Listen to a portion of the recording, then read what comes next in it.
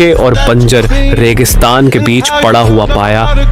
ऐसा लग रहा था जैसे मेरी किस्मत, जो मेरे माता पिता की सारी विरासत उड़ा देने और सब कुछ खो देने के लिए तय थी, अब सच में पूरी हो रही हो।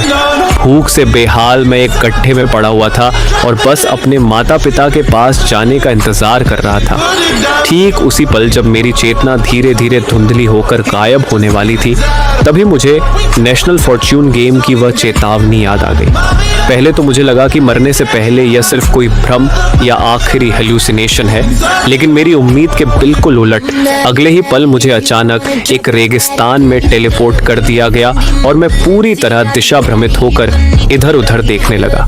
खुद को शांत करने के लिए मैंने जल्दी से मुट्ठी भर रेत उठाई और उसे निगल लिया, और तभी मेरी हैरानी की कोई सीमा नहीं रही, क्योंकि उसी पल डिवावर एवोल्यूशन सिस्टम सक्रिय हो गया। इस सिस्टम के मुताबिक जब तक मैं किसी भी चीज को डिवावर यानी निगल सकता हूं, तब तक मुझे तरह तरह की एबिलिटीज और स्किल्स मिल सकती हैं। उस समय मैं पूरी तरह स्तब्ध खड़ा था और अपने सामने फैले उस अनंत रेगिस्तान को घूर रहा था। तभी मेरे दिमाग में जानकारी अपने आप उभर आई। मैंने कभी नहीं सोचा था कि दुनिया की 5 अरब आबादी में से सिर्फ 200 लोगों को इस खेल में हिस्सा लेने के लिए चुना जाएगा, और उनमें से एक मैं भी होऊंगा, एक बिल्कुल साधारण इंसान। अभी तो मेरी हालत ये थी कि मैं ठीक से हिल भी नहीं पा रहा था। ऐसे में मैं जीत कैसे हासिल कर सकता हूँ? क्या ऐसा हो सकता है कि मेरी वजह से चीन की हार तय हो जाए?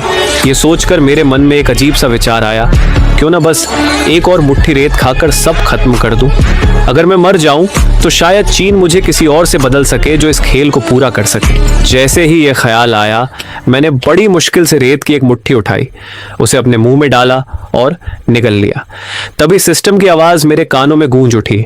Constitution plus 0.1, evolution point plus 0.1, devour evolution system successfully bound. किसी भी चीज को डिवॉर करने से आपको एवोल्यूशन पॉइंट्स मिल सकते हैं, जिनका उपयोग लाइनेज टैटूज को इवॉल्व करने के लिए किया जा सकता है।